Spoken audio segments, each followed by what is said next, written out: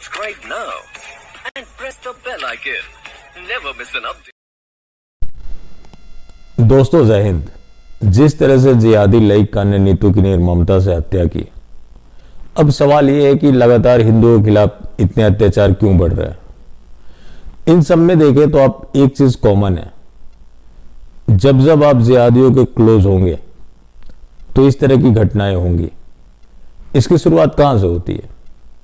वैसे तो 1400 साल से चलता आ रहा है, लेकिन रिसेंट की बात करें, जब आपके वोट से चुना हुआ प्रधानमंत्री शपथ लेने के बाद यह कहता है कि मुझे शांति दूतों का भरोसा जीतना है। ये जो भरोसे का खेल है ना, यही वजह है जो लगातार हिंदुओं पर अत्याचार हो रहे हैं। जितनी भी घटनाएं हिंदुओं के खिलाफ हुई, किसी भी मामले में क्या कोई कठोर कार्रवाई हुई? नहीं हुई। जब आप किसी भी घटना में सख्ती से डील नहीं करते तो फिर आप अगले की तैयारी कर लें। इसके अलावा हर साल 5 करोड़ शांति दूतों को स्कॉलरशिप दिया जाता है। वो कहां पढ़ाई करते हैं? मदरसे में। मदरसे से कितने डॉक्टर, इंजीनियर और साइंटिस्ट निकलते हैं? जो साइंटिस्ट निकलते हैं वो किस विभाग के होते हैं आपको भी पता है। उसके बावजूद भी लगातार सरकार ये भरोसा जीतने का काम कर रही है। ये भरोसा जीतने का खेल सरकार तक ही सीमित नहीं है। इससे पहले आपको रिंकू शर्मा हत्याकांड याद होगा।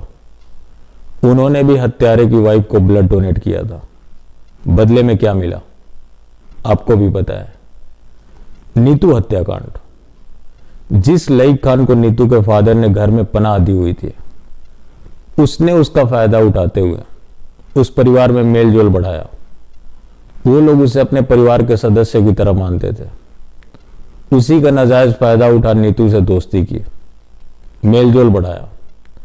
उसके बाद जब दूर गया तो शादी की दबाव बनाने लगा, और जब सफल नहीं हो सका तो उसी नीतू को उसने हथौड़े से पीट पीट कर हत्या कर दी। एक चीज कॉमन है जितनी भी केसेस हो रहे हैं, जब जब आप जिहादियों को पनाह देते हैं वही आपको खात्मा करते हैं। इसलिए आपको मजबूत बनने की जरूरत है, मजबूर बनने की नहीं। और हमारा हिंदू समाज और कितनी कुर्बानियां देगा। जिस नपुंसकता और कायरता को ये अपनी उदारता बताता आया है, वो वाकई में नपुंसकता है। ये समाज हमेशा कानून और संविधान की बात करता है, संविधान को मानता भी है, क्योंकि हिंदू के पास इसके अलावा विकल्प क्या है। तो वही दूसरी तरफ जिहादी, जो किसी कानून और संविधान को नहीं मानते, उनको पता है कि उनको फैसला कैसे लेना है। वो अपना फैसला खुद ब खुद करते हैं। और इस देश में कानून और संविधान कैसे काम करता है आप सबको पता है। हिंदू यही मार खा रहा है। इसके अलावा एक हिंदू के पास कई समस्याएं हैं। डीजल पेट्रोल हिंदुओं को देखना है। आज करीना कपूर खान, बेबो, उसका भी बच्चा पैदा हुआ है, उसमें भी व्यस्त है। सबको पता है कि पहले तैमूर पैदा हुआ था।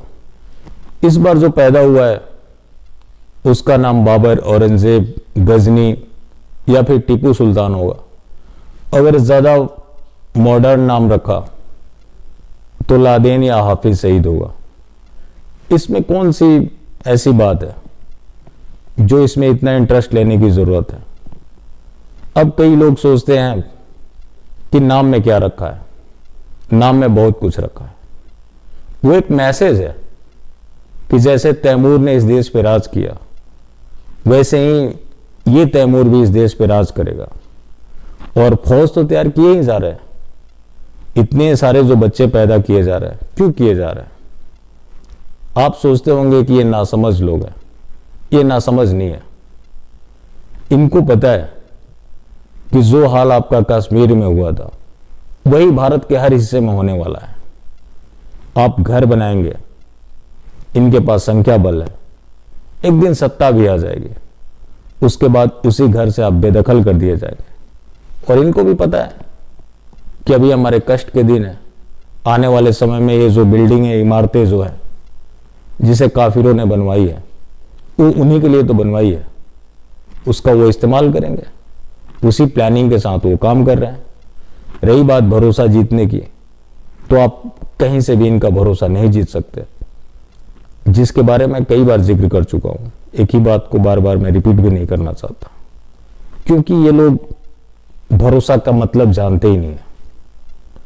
अगर आप इन्हें कंट्रोल करना जानते हैं या करना चाहते हैं, तो एकमात्र विकल्प है कि सावधान रहें और शक्तिशाली बने। जब जब आप शक्तिशाली होंगे, जहां जहां आप शक्तिशाली हैं, वहां ये नाक रगड़ते हैं।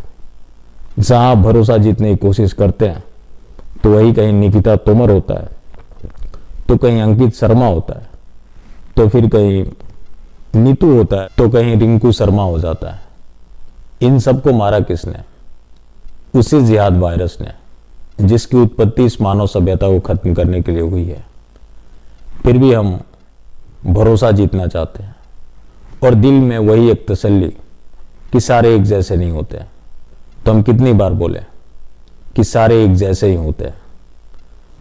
टोली अलग अलग हो सकती है, मंडली अलग अलग हो सकती है, लेकिन सबका एक ही मकसद है, गजवाए हिंद। बाकी फिर मिलते हैं। जय हिंद।